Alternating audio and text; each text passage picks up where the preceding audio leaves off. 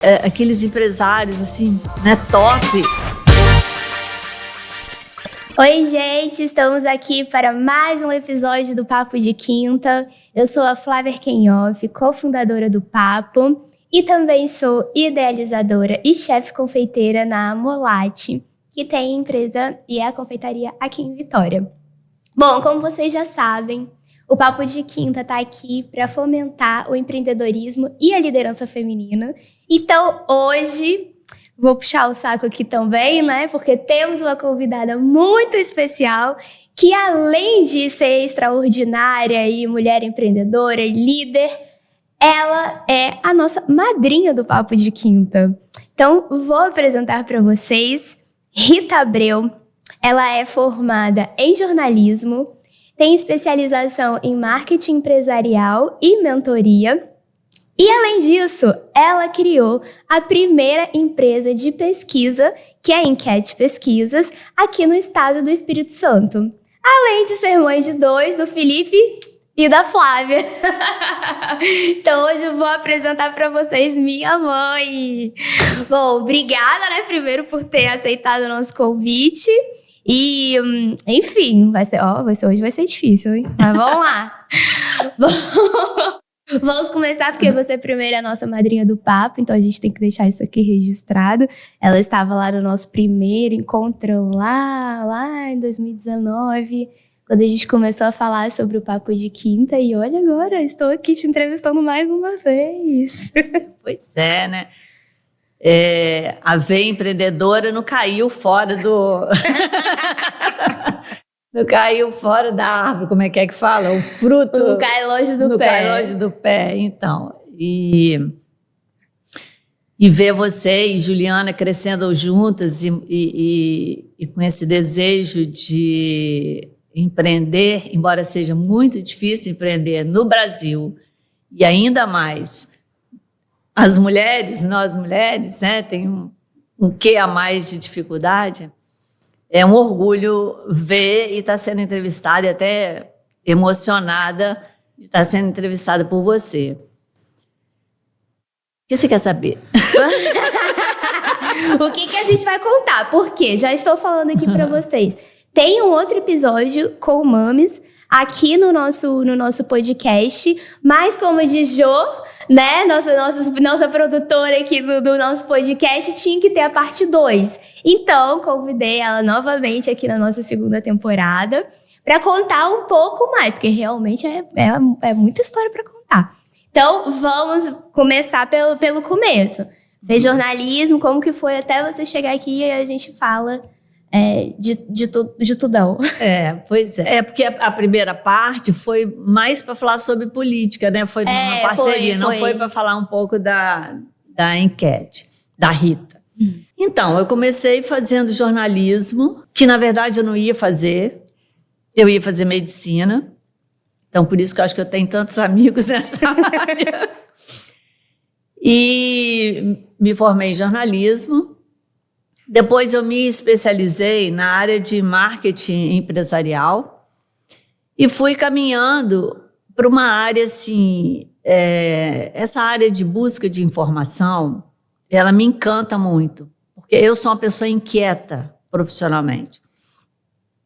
E a pesquisa e a gestão da informação que hoje, né, um pouco a enquete faz, ela não me deixa acomodar, porque cada dia eu estou buscando informação nova. Então, assim, isso me dá juventude, me dá garra, me dá inovação, me dá várias coisas que eu acho que tem um pouco na veia de uma mulher empreendedora, né?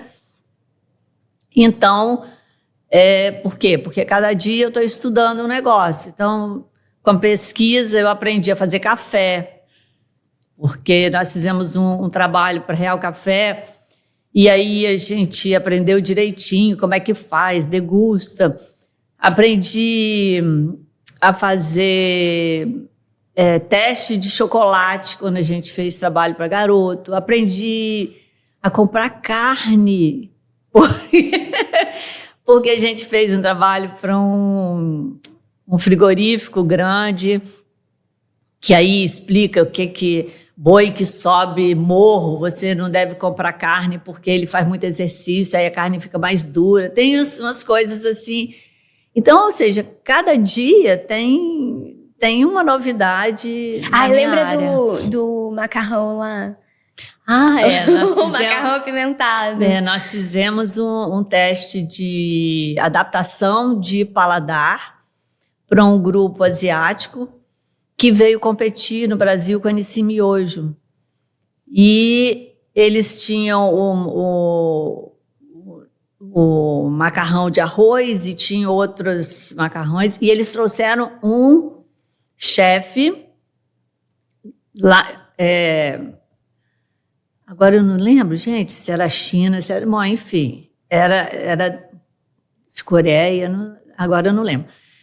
E ele veio ensinar a gente a fazer, e a gente foi fazendo o teste de adaptação, porque no caso deles era muito mais apimentado, então...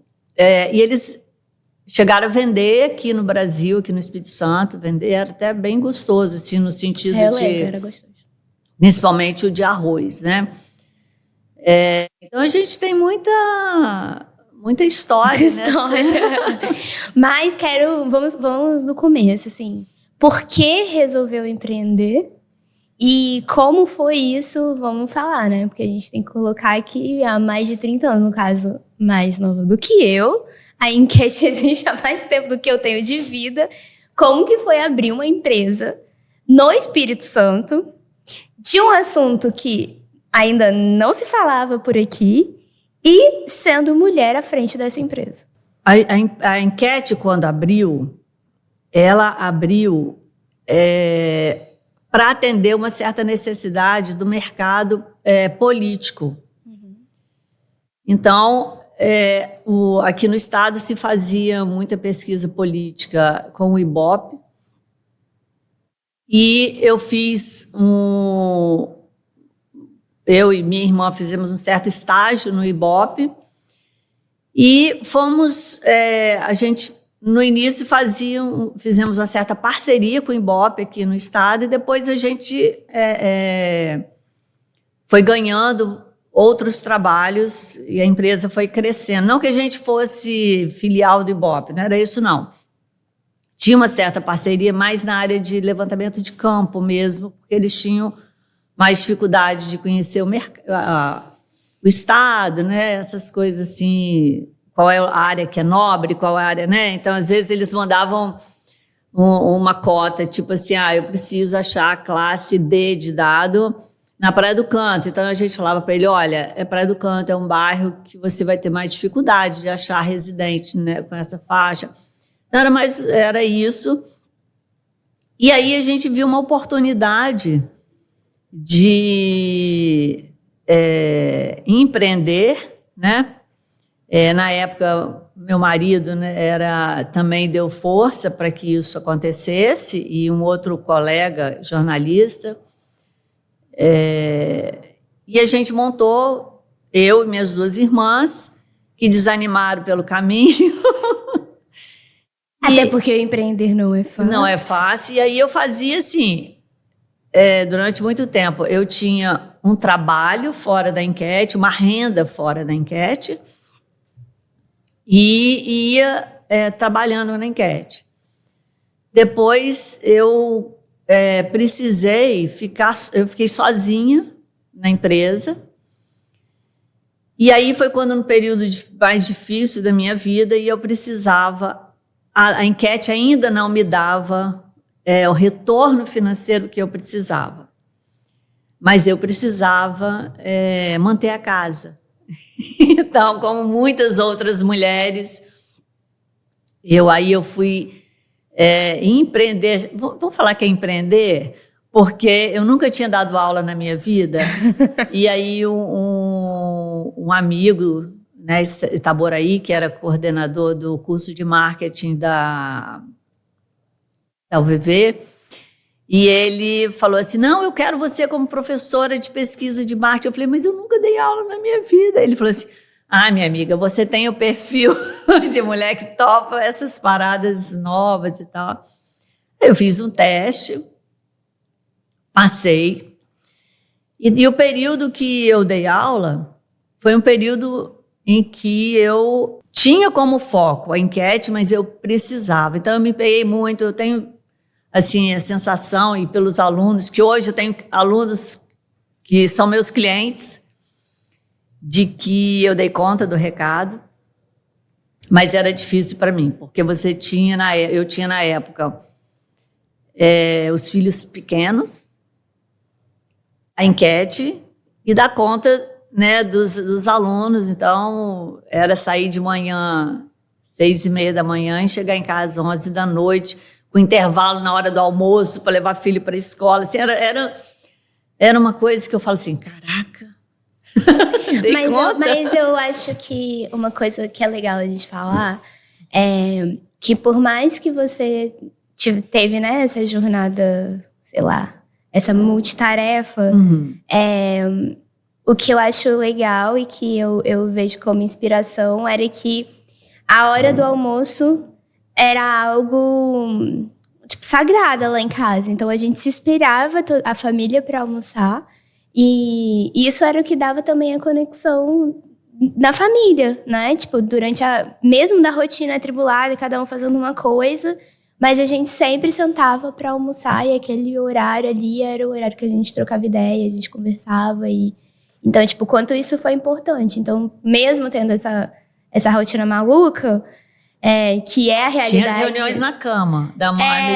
Também. Como foi seu dia, gente? Era legal isso também, né? A gente sentava na cama e eu, você e Felipe, a gente conversava sobre as facilidades e dificuldades do dia, né? Mesmo vocês... Eu acho que eu já trabalhava comunicação relacional intuitivamente. Mas isso foi bom, assim, é uma coisa boa e é uma coisa que eu levo de memória, assim, pra vida, porque... Mesmo quando eu trabalhava lá em São Paulo, né, que eu via tipo, essa mudança de rotina, eu falava assim, como que ia acontecer isso aqui? Tipo, não ia acontecer. Então, até acho que tem essa facilidade de ter qualidade de vida em Vitória também, Sim, que proporcionava isso, né? Você ir de um ponto a outro da cidade e você conseguir parar no meio do período. Mas, o que eu quero saber, o que é comunicação relacional? Da onde surgiu isso?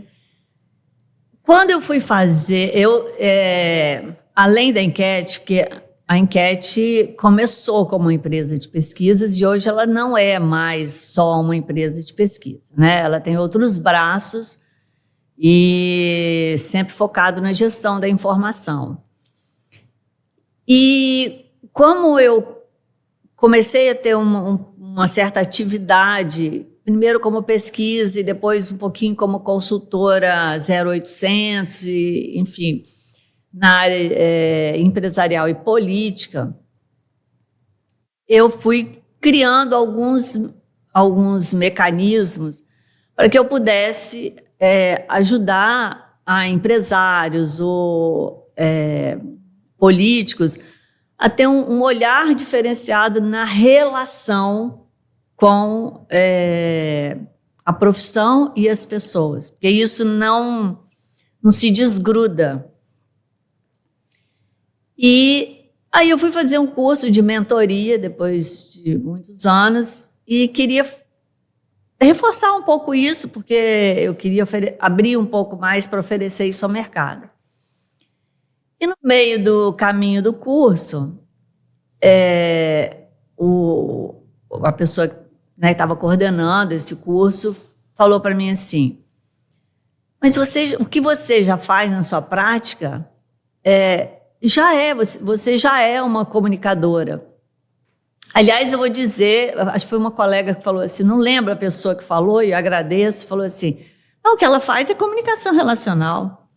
Eu falei, olha que coisa boa. Aí eu depois fui para o LinkedIn, tomei posse, né, do comunicação relacional, fui para o LinkedIn, fiz um artigo falando sobre, e eu procurei no Google, falei, será que existe essa palavra, né? Não achei nada nessa área, eu falei, então sou eu que vou falar isso. E aí depois, com os amigos, no início eu tinha até um pouco de receio de falar que eu faço comunicação relacional. E a comunicação relacional, te respondendo assim, mais abertamente, é o trabalho que você realiza para se relacionando melhor com os processos e com as pessoas que fazem desse processo, você consiga ter mais sucesso no objetivo que você deseja. Então, por exemplo, eu trabalhei com alguns diretores de empresa.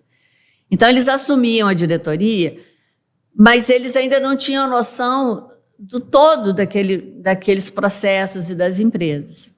E aí, a gente semanalmente, normalmente era semanalmente, sentava e conversava. Só que eu comecei a perceber que também tinha a questão das dores, das dificuldades que aqueles empresários, assim, né, top, e eu lidava a maioria das vezes com homens, né, porque quase não tem mulher nessa área, tem mais na área de RH, mas não na área de comunicação relacional. E aí eu acabava assim, a gente acabava, era quase uma terapia, né, porque acabava falando dos filhos, falava da mulher, falava do trabalho. Eu me lembro que um desses profissionais, eu falei para ele assim, você já foi... ele era da área de vendas, eu falei assim, você já desceu lá na sua equipe, assim, espontaneamente, foi lá, para sentar, tomar um café, falar... Não. Eu falei assim, tenta, experimenta. Aí ele falou assim, mas ele virou e falou assim, mas será como que eu vou ser recebido? Quer dizer... Ele não tinha nem a noção do que os colaboradores dele, na equipe dele, ele pensava também dele. Isso, e ele tinha uma... Era muito assim, de cima para baixo, né? Aí, passou na outra semana, e ele virou para mim e falou assim, Rita, eu cheguei lá, mas eu fui tão bem recebido, assim, sentamos, conversamos, me deram ideias, já instituí, pelo menos uma vez por mês eu vou passar por lá. Então, essas coisas são bem interessantes. Por outro lado, o Papo de Quinta, acho que na conversa com uma das pessoas também, eu percebi, porque às vezes você tem sonhos, né? Empreendedor, inclusive, tem que sonhar, porque senão não dá certo, né? E para realizar aquele sonho, existia uma dificuldade familiar muito grande. Porque o familiar tinha falecido, então tinha algumas coisas que travavam a pessoa de ir para frente. Isso não acontece só com quem é jovem, com quem está começando. Não, você encontra empresários que têm dificuldade de sorrir, empresários que têm dificuldade de...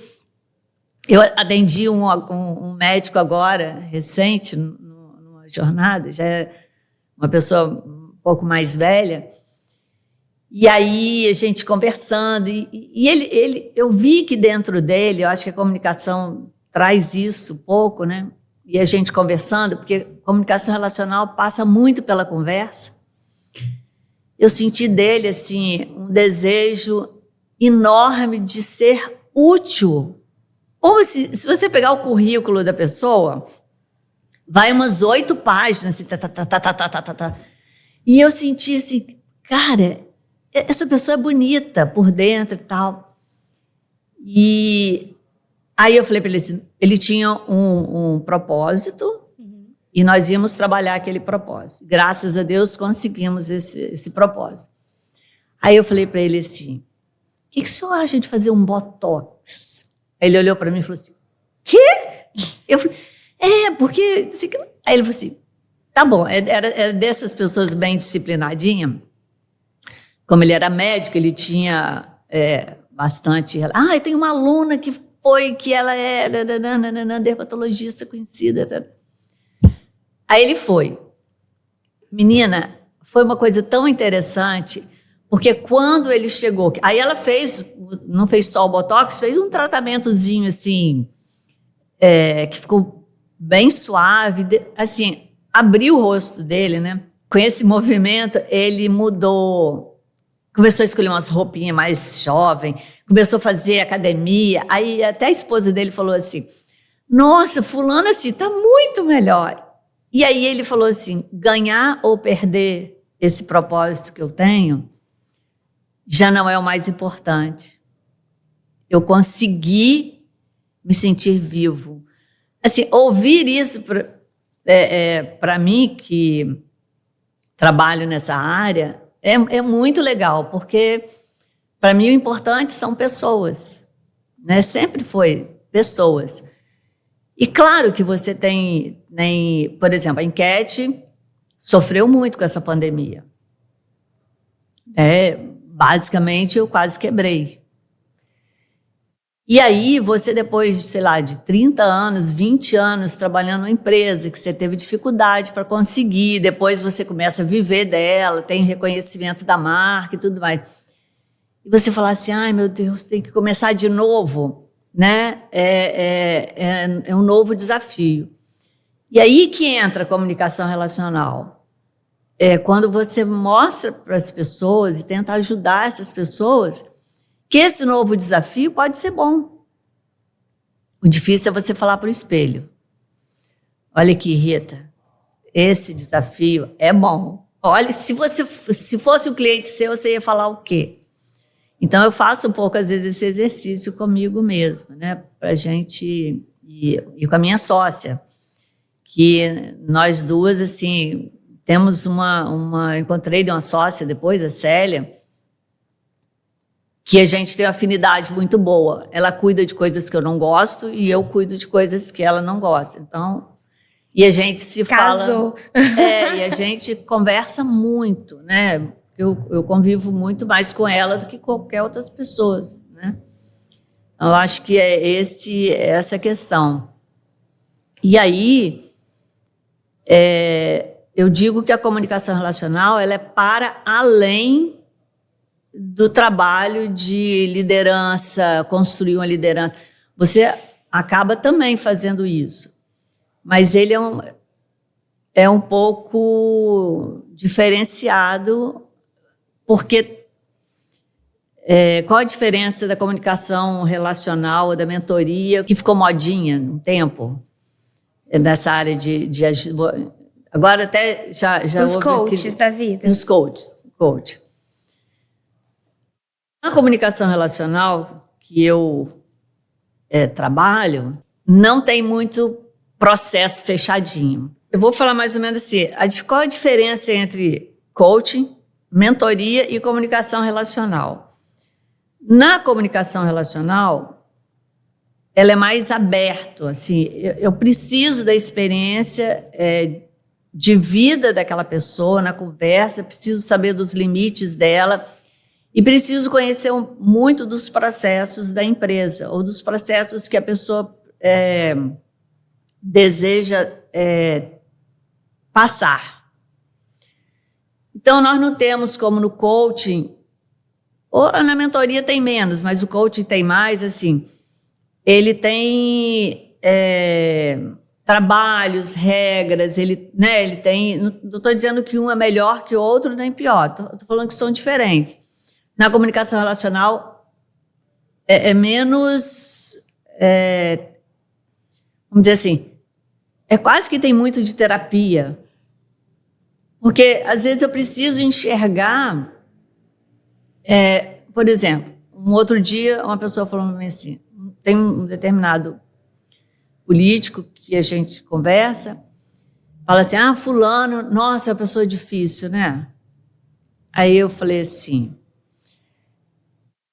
difícil ou fácil? Tem dores diferentes. Então, quando eu vou trabalhar com um cliente, eu gosto de conhecer com ele, geralmente das primeiras sessões, vamos chamar assim, né? Eu gosto de conhecer quem é aquela pessoa que a gente vai trabalhar, né? E que permita algumas coisas até de muita confiança, de falar para mim dessas questões, né? Para que eu possa entender, por exemplo, tem profissionais e executivos que têm travas em relação, por exemplo, a trabalhar com mulher. Ah, tá, é machismo, tem 1000 rótulos que a gente ouve. Mas às vezes você chega naquela pessoa e observa que não é só isso, entendeu? Que não é só... Tem para além disso algo que, de repente, você pode trabalhar e aliviar esse relacionamento. Eu tive um cliente que na primeira conversa eu falei assim, é como se eu perguntasse assim, Flávia, do que você gosta? Aí você me responderia assim, vamos lá, do que você gosta de fazer? Me responde. O que eu gosto de fazer? Coisas que você gosta de fazer. Gosto de ir à praia, gosto de dançar, gosto de trabalhar. Ok, então, quando eu perguntei para essa pessoa, que era um alto executivo de empresa, eu falei, quem é fulano? Fala para mim. Ele só falou de coisa de trabalho. Eu falei assim, mas e aí? Fala mais. Não, porque eu fui para Londres, porque sabe assim, eu estudei, eu fiz 5 pós, ele não conseguia falar. Eu perguntei assim, aí eu falei assim, ok, você gosta de dançar? Você gosta de ir à praia? Você gosta de... A pessoa foi parando e olhando assim, porque eu precisava saber. E foi um profissional difícil de trabalhar. Não é difícil. Não. Tem suas dores. Sim, difícil nas dores dele. Estou falando assim, por quê? Porque eu posso ir até onde a dor dele permite. O limite dele, né? Do limite dele. E não teve tanto limite.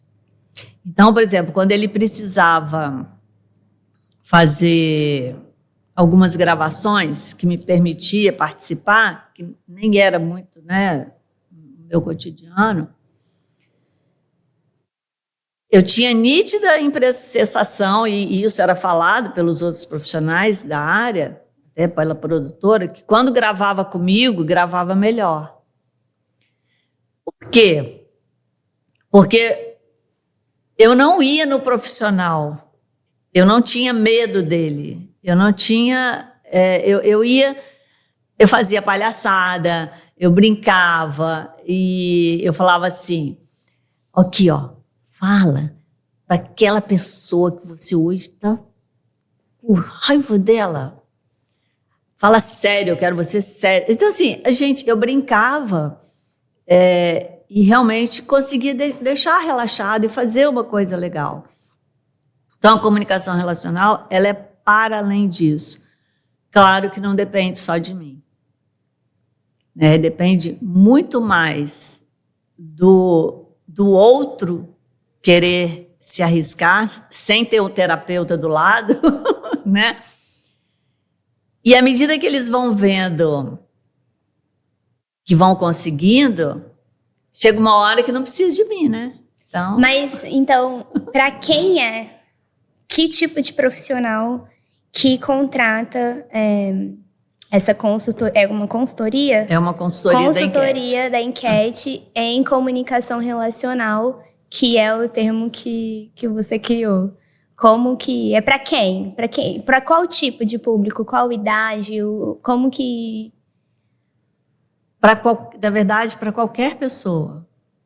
Eu já atendi gente jovem, já atendi qualquer pessoa. Qual é a persona, então? Qual é a persona? Que você atende? Não, qualquer pessoa que esteja passando por alguma dificuldade. Dificuldade que eu estou falando não é só coisa ruim, mas assim, algum desafio, alguma coisa que se sente travada para isso, ou aquilo é desconhecido para ela e ela precisa ter um outro olhar, né, de fora, e que esteja disposta a ser mexida. Porque não adianta contratar qualquer consultoria se você é o dono da verdade ou a dona da verdade e vai tentar provar para o outro que a sua verdade é que vale. Então, por que você contratou? Né? Porque toda consultoria vai te tirar da zona de conforto. Então, qualquer pessoa que esteja disposta a esse desafio é cliente em potencial. Então, principalmente gestores, Sim. líderes de qualquer idade, que estejam com algum desafio ou com alguma dificuldade nessa parte. Eu já falei, por exemplo, já conversei sobre isso, por exemplo, com o padre. Porque são pessoas que lidam com pessoas e eles convivem muito com as dores. É uma coisa muito interessante, que acredito que pastor também tem, né, um pouco disso, no caso dos padres, porque tem a questão da confissão e tem outras coisas. Eles têm uma sobrecarga de problemas e de pesos que as pessoas levam para eles, muito pesada. Então, ou eles precisam de um apoio de terapia, que às vezes a gente tem, né? Tem muitos que, né, sentem a dor do outro, ou precisam fazer isso. Às vezes, até quando você está fazendo uma homilia, ou quando você está fazendo uma palestra, alguma coisa, na questão de comportamento, né? Porque o corpo fala, né? O que você quer falar para o outro, para tocar o outro, e não para ouvir, né? O que também eu preciso aprender. Porque eu preciso aprender. Eu tenho um propósito de todos os dias ser uma pessoa melhor. Esse é meu propósito de vida. E eu não fico só parada fazendo um mantra todos os dias, eu quero ser uma pessoa melhor, todo dia eu quero ser uma pessoa... Não. Ok, eu quero ser uma pessoa melhor, mas o que eu preciso fazer para ser uma pessoa melhor? Vocês já estão vendo o que a gente fala aqui do Papo de Quinta, né? Nosso lema. Vocês já estão vendo da onde surgiu tudo, né? É verdade. Porque, assim, claro, a gente tem que se buscar coisas, né? Como eu já disse, eu sou uma pessoa inquieta e eu já vivenciei na minha vida profissional fases de muita visibilidade, né? Fases de baixa visibilidade e fases pela qual eu optei por me afastar um pouco, porque eu acredito que a vaidade é um mal se não for bem trabalhada. Então, gente, eu tenho terapeuta. Carol! Porque se você quer ser melhor, você precisa também sair da sua zona de conforto, né? E à medida que a gente vai ficando mais maduro, que aliás eu brinco falando que eu estou na idade do nem parece, né? Quando, qual idade você tem? Aí fala, eu estou na idade do nem parece, porque já passei dos 50, e aí as pessoas, nossa, nem parece. Ok, estou nessa fase. Por quê? Porque se eu ficar olhando para dentro de mim e falar assim, você está velha, você está ficando velha, você está ficando velha, vou gostar de mim? O que vai sair de dentro de mim para que eu cada dia seja uma pessoa melhor, para que eu consiga aprender, né? Assim, se o dia você parar e falar assim, ok, estou satisfeita, não preciso aprender mais, o que eu tenho aqui está legal, pronto, conquistei, fecho o meu boteco, vou para a praia. Ok, isso para mim não combina, porque eu preciso aprender todo dia alguma coisa, em todas as áreas. Então, acho que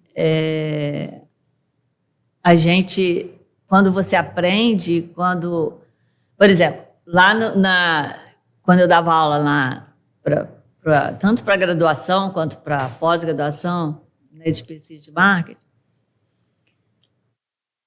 eu não ensinava assim, o que é uma pesquisa qualitativa, o que é uma quantitativa.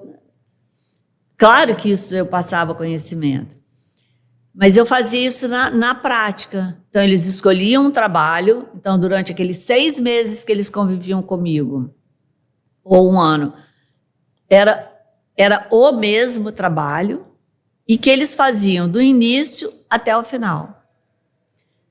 Qual era o meu objetivo, enquanto profissional da enquete também, que estava dando, trabalhando a disciplina com essas pessoas? Era que eles se tornassem tão bons profissionais que, quando eles fossem contratar pesquisa, eles iam saber pedir. Entendeu? Eles iam saber pedir. Porque, ok, se quiser ir lá na rua e fazer um questionário, claro que você vai fazer. Tem muita gente que tem essa capacidade. Vai lá, doutor Google, e faz. Agora, se você quer fazer um estudo científico, levantar informações de qualidade, aí é outro departamento. Pergunta polêmica. Por que você acha que hoje, né, no que a gente está vivendo, principalmente nessas últimas eleições, a pesquisa ficou tão em evidência e de uma forma vista de uma forma até negativa, né? Assim, o que você acha que passou na população em geral, essa perda de confiança? Na pesquisa política. Primeiro, é que teve empresa que errou. Ponto. Ok, erramos. Graças a Deus, na enquete, eu ainda não vivenciei não vivenciei isso. Mas também, eu não tenho abrangência tão nacional, eu vou até uma parte do país, eu não vou, né? A outra coisa é o seguinte, nos últimos anos, a política brasileira, ela foi deixando de ter aquele montinho de partido, ainda tem, né? Uhum. Mas ela se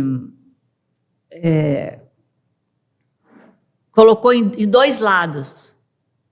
Vamos chamar esquerda e direita, né? Eu não gosto muito dessa percepção, mas... Polarizou, né? Polarizou. O que acontece com a polarização?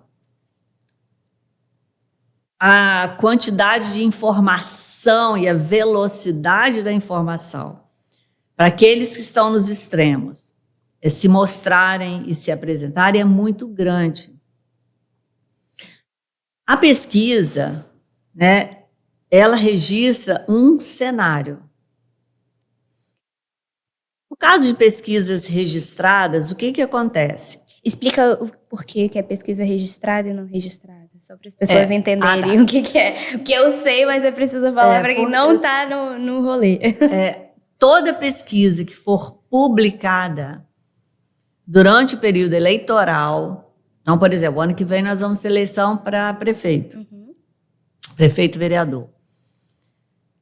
A partir de 1º de janeiro, toda pesquisa que for divulgada nos meios, né, de informação, ela precisa ser registrada. E ela precisa ser registrada antes? No TSE, ela precisa ser registrada 6 dias antes de ser publicada. Nossa, mas muita coisa acontece agora nesses 6 dias. Né? Então, o que a gente costuma fazer? Normalmente, quando você tem velocidade, né, de trabalho, você registra a pesquisa e faz o campo um dia antes da publicação. É ir lá fazer as entrevistas. A outra coisa, então, essa quantidade de informação que vem pela rede social, que vem pelos amigos vizinhos, e essa polarização que a gente fazia estudos qualitativos, é assim, as famílias nessa última eleição, tivemos problemas sérios nas famílias, né? Brigas, irmãos que pararam de se falar, gente que foi demitida porque o patrão era um e o funcionário era outro. Então, assim, teve muita coisa muita dor, vamos chamar, né? E tudo isso vinha de uma forma muito, muito, muito intensa. Então, você pegar isso o tempo inteiro, tanto é que você viu que a eleição, no caso, para presidente, que essa polarização veio respingando, né, para Senado, para governador, em alguns estados, nós tivemos um empate quase literal, né, 49 contra 50, não é nem margem de erro técnica, né? Então, essa foi uma questão que dificultou você fazer isso. A outra coisa é que as pessoas estavam acostumadas às pesquisas acertarem os números. Acertou 40%, 50%. Hoje em dia, o propósito que a gente tem, e por causa dessa movimentação intensa, é de acertar a tendência. Então, as pesquisas mostravam que a tendência é de que tinha uma eleição presidencial polarizada. Ponto. Nesse aspecto, ninguém errou. Ninguém errou, porque realmente estava polarizado essas pesquisas. Então, basicamente, essa questão da velocidade da informação é que faz com que, muitas vezes, você não acerte números, mas acerte tendência.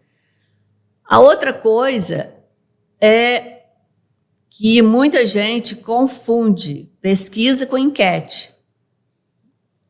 Aliás, é uma coisa interessante. Todo mundo fala, quando nós montamos a empresa, acho que é 36, 7, eu já perdi um pouquinho a conta, que a gente foi escolher o nome, nós procuramos o nome e era francês, enquete, coisa assim. Tanto é que tem o T mudo, porque essa palavra não existia.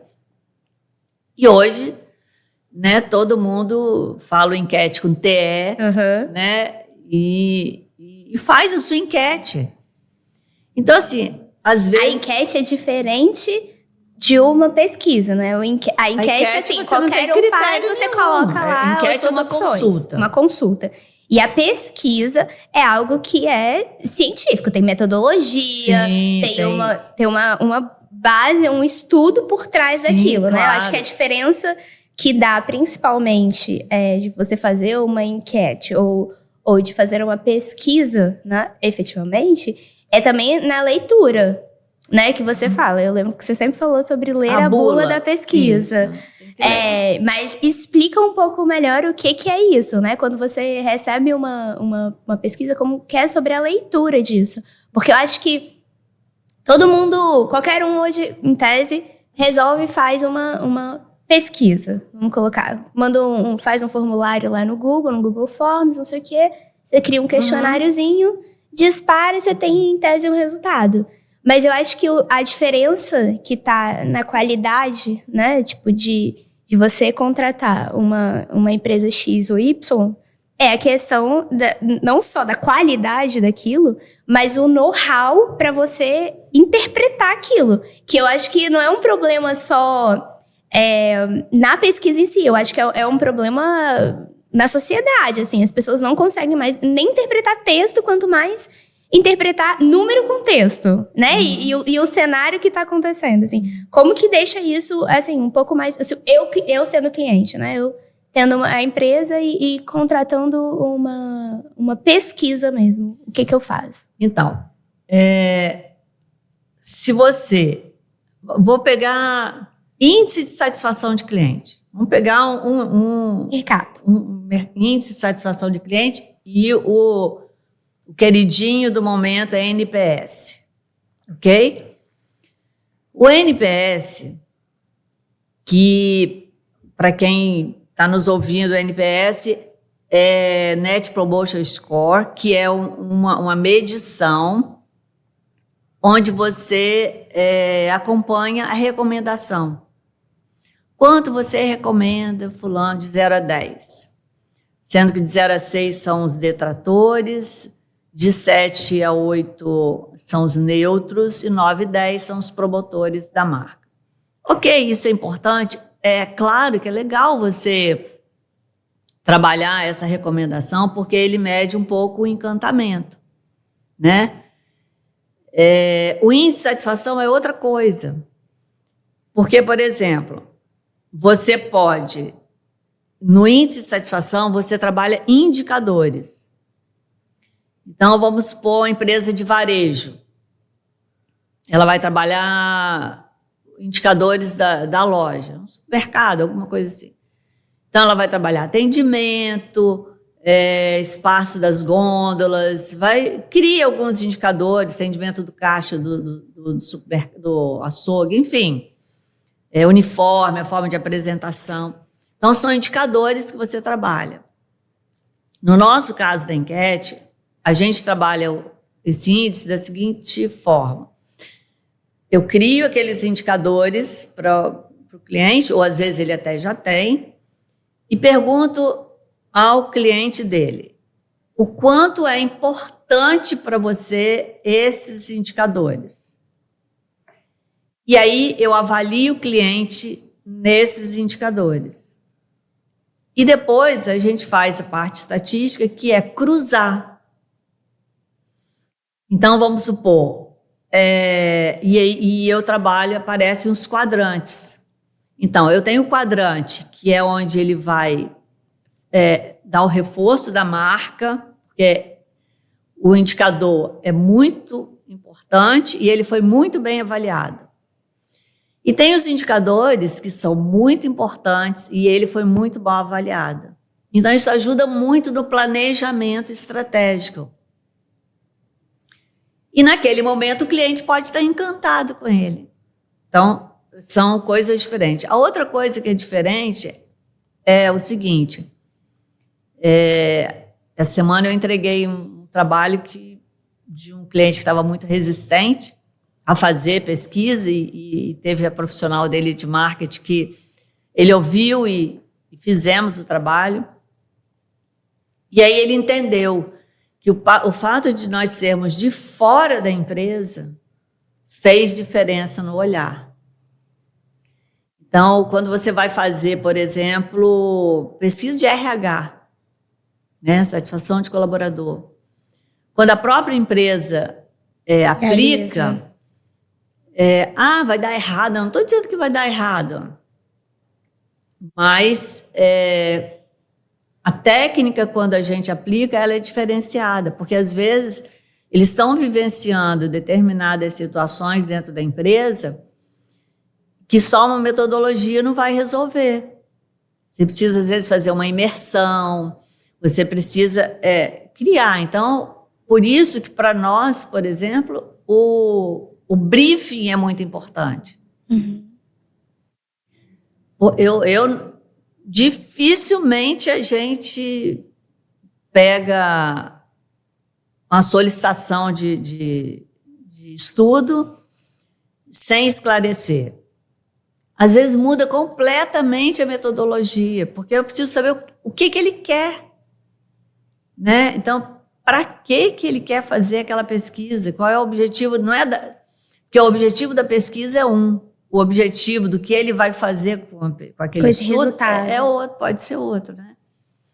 Então, acho que essas diferenças na nossa área, né, de gestores de informação, como eu chamo,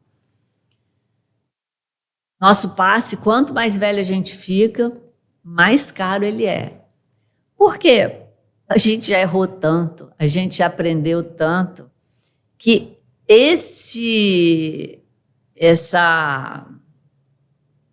como é que chama? Esse feeling, esse sentimento, né? Esse olhar na hora de análise, eu né, já treinei algumas pessoas que trabalharam comigo, elas falam assim, nossa, na hora que você Bate o olho. olha, você fala assim, isso está errado, isso. Claro, né? Fui me treinando para isso e aprendendo com isso. Então, eu acho que é muito legal quando você vê... Teve um cliente que... Assim, a gente tem muitas histórias, né? Nossa, muitas histórias. Muito legal.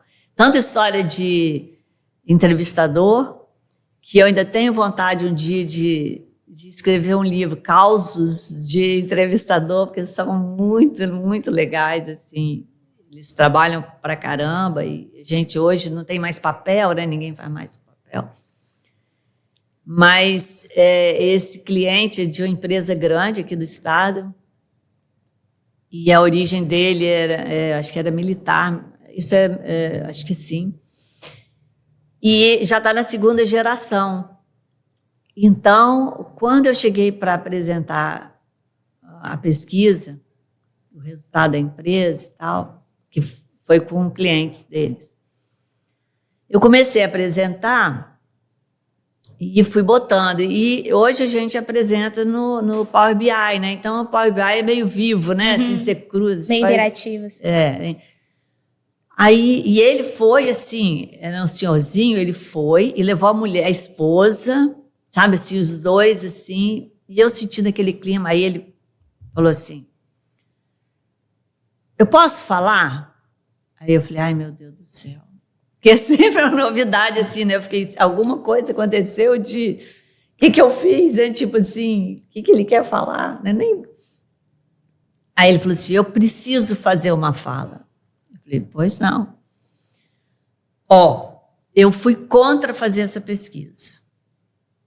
O tempo inteiro, a gente teve reunião aqui que saiu gente zangada comigo. Porque eu não acredito, aí ele fez uma fala, fez a defesa de não fazer a pesquisa. Quando chegou, ele falou assim, agora, você mostrando isso, eu preciso falar isso para eles. Eu estava errado. Aí, sabe quando todo mundo faz assim? E aí falou assim, nossa... ficou muito bom e não sei o que. Assim, eu achei bonito ele ter a consciência da pressão que ele fez para as pessoas, tipo assim, a torcida que ele fez para dar errado. E na hora que ele viu o resultado, ele viu que deu certo. Então, essas coisas que são legais, né, na vida profissional, né? Todo dia é uma novidade. Todo dia é uma novidade.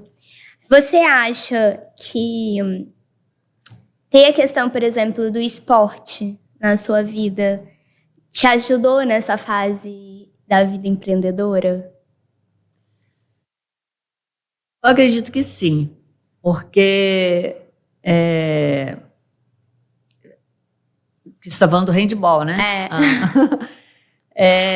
Quando na época que eu fui atleta de handball, já era meio veia empreendedora, né? Porque, nossa, papai ficava, não, mulher jogando handball, não sei, essas coisas assim.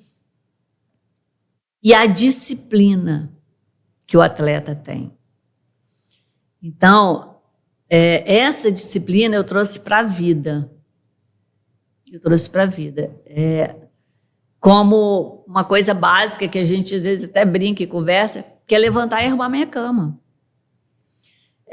São disciplinas que eu tenho, e até hoje, você sabe disso, eu faço atividade física. Por quê? Porque na hora que você está no dia que não está legal, não sei o que lá, que você vai para atividade física, a endorfina que vem, né, aquela coisa que vem, te dá uma vontade de falar assim, opa, vou ficar em pé, qual isso, vamos lá e tal. Então, eu acho que isso me ajudou muito no esporte, trazer esse olhar, principalmente do trabalho coletivo. Porque quando você, no meu caso, eu fui atleta, você tem o técnico, você tem o preparador físico, você tem as pessoas que estão ali e você tem seus parceiros, seus colegas de time, né? De time. Então, quando a gente sabia que quando a gente fazia uma burrada, todo o time se prejudicava. Eu, por exemplo, era muito impulsiva. E do meu tamanho, eu era mais assim, armadora, né? Porque eu corria muito, então eu tinha muita velocidade. Mas, por exemplo, eu me lembro de uma vez que eu estava jogando, no meu entendimento o juiz fez uma burrada, eu fui para a torcida e eu incitei a torcida a xingar o juiz. O que aconteceu? Eu fui expulsa e o time perdeu eu não sei se na época eu estava como capitã, mas o time perdeu alguém que tinha velocidade de corrida e ajudava a passar as bolas, né? Então, isso, levei uma bronca, assim, nosso técnico, muito... Mas, assim, são coisas Lições aprendidas, né? Lição aprendida, né? Nem, assim, você fazia de novo, às vezes, mas você criava outras formas. Porque o jogo, tanto que até hoje, por exemplo, eu tenho dificuldade de assistir jogo. Porque eu fico muito tensa, né? Assim, de jogar. Mas eu acho que isso ajudou muito. Na veia empreendedora. Mas eu acho que não só isso, eu acho que a criatividade também te ajuda muito, assim, ao longo da vida, né? Porque até com os nossos questionamentos dentro de casa, você é criativa para dar soluções. Então, o Flávio, o bolo de chocolate é uma criatividade sua também, por uma dor que eu sentia naquele momento.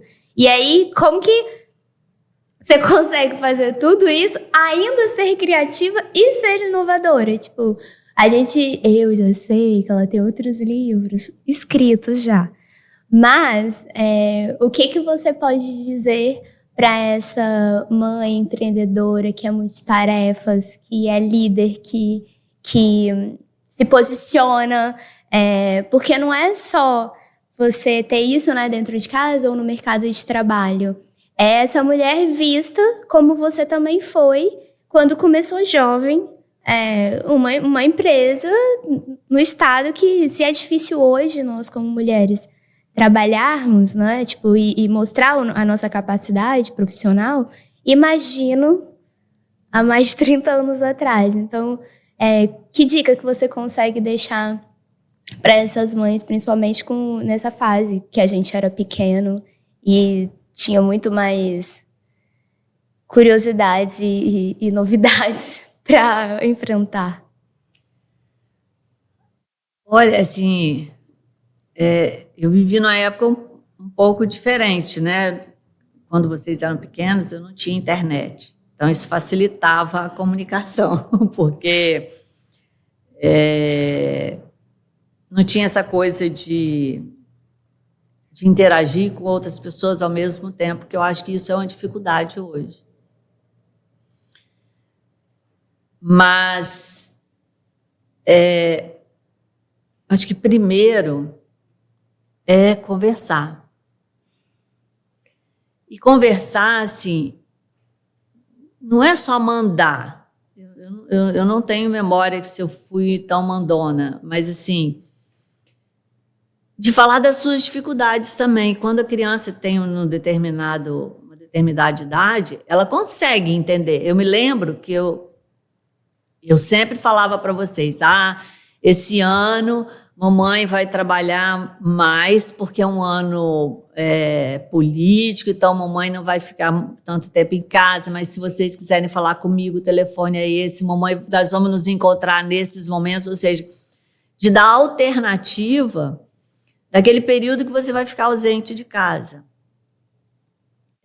Eu me lembro que outro dia até você falou, e eu conversei isso com uma mãe que estava sentindo, ai meu Deus, vou deixar o filho na creche, porque é uma dor, não interessa, assim, você está ali com seus filhos, você fica achando assim, será que eu estou sendo boa? Será que eu estou dando conta? Será? Tem um monte de será. Então eu criava algumas alternativas. Eu me lembro que, no seu caso, eu passava... Beijinho na mão. Eu passava batom vermelho e beijava a sua mão na hora que deixava na creche. E falava, toda vez que você sentir saudade, você olha aqui, que mamãe daqui a pouco vem te buscar. Parecia coisa boba, mas outro dia quando você me falou assim, eu lembro disso, e realmente eu ficava esperando, ou seja, era uma forma criativa de eu dizer para você, estou com você, porque acho que a criança... ela precisa dessa segurança de se sentir amada. E quando a gente está com muito foco para fora de casa, a gente também se frustra, porque a gente quer estar dentro. Então, é conversar e a disciplina ajuda a gente a chegar foco enquanto mãe, enquanto esposa, né, ou mulher, marido, mulher, companheiro, ou enquanto sozinha, né, eu fiquei muito tempo assim, e no trabalho. Então, assim, você, outro dia, lá na empresa mesmo, eu falei 1, 2, 3 vezes sobre um processo que estava acontecendo e que não estava legal. E a pessoa ignorou. E eu fiquei muito irritada com essa situação. E na hora que eu fui falar a terceira vez, eu me irritei com a pessoa. Eu fui para casa e vi que não foi a melhor atitude que eu tive. Voltei no dia seguinte, chamei as pessoas e falei, olha, eu ontem me irritei porque aconteceu, eu falei 1, 2, vezes, mostrei para vocês e tal, e eu me senti ignorada. Então, ao me sentir ignorada, eu me irritei. Então, eu quero pedir desculpas pela minha irritação, mas eu quero que vocês saibam que se isso acontecer de novo, provavelmente eu vou me irritar novamente. Então, assim, entender que a criança também... não é um pacote só de faço o que eu digo, né? Não. Eu tive dificuldade com você e seu irmão. Imagina. Que tive dificuldade? Porque eu Teve sempre... dificuldade, gente? Claro que não. Imagina. Eu sempre explorei... Não, é até uma dificuldade boa, porque como a gente sentava muito para conversar... Por isso, eu questionava tudo mesmo. Tudo. E continuo Felipe questionando também. Ué, pra que tá assim? O Papo de Quinta tá aqui também por causa de... que a gente tá questionando o mundo, É isso. Eu acho assim... E aí, gente, começou dentro de casa. E aí vai aprendendo a fazer isso de uma forma que não agrida tanto, né? Vamos tentar fazer... Mas é difícil você criar gente questionadora. Pois é. Mas você criou desse jeito aí, ó. Bom, estamos caminhando... Mas tem um orgulho danado dos dois. Mas tô questionando o mundão até hoje, tá? E vou continuar, viu, Brasil? Bom, estamos caminhando para o final. E como você já veio aqui, você sabe que depois de toda essa nossa conversa, a gente sempre pergunta para os nossos convidados a sacada de ouro. Então, qual é a sacada de ouro que você deixa para esse episódio, para quem está nos assistindo, nos ouvindo? Qual é a sua sacada de ouro?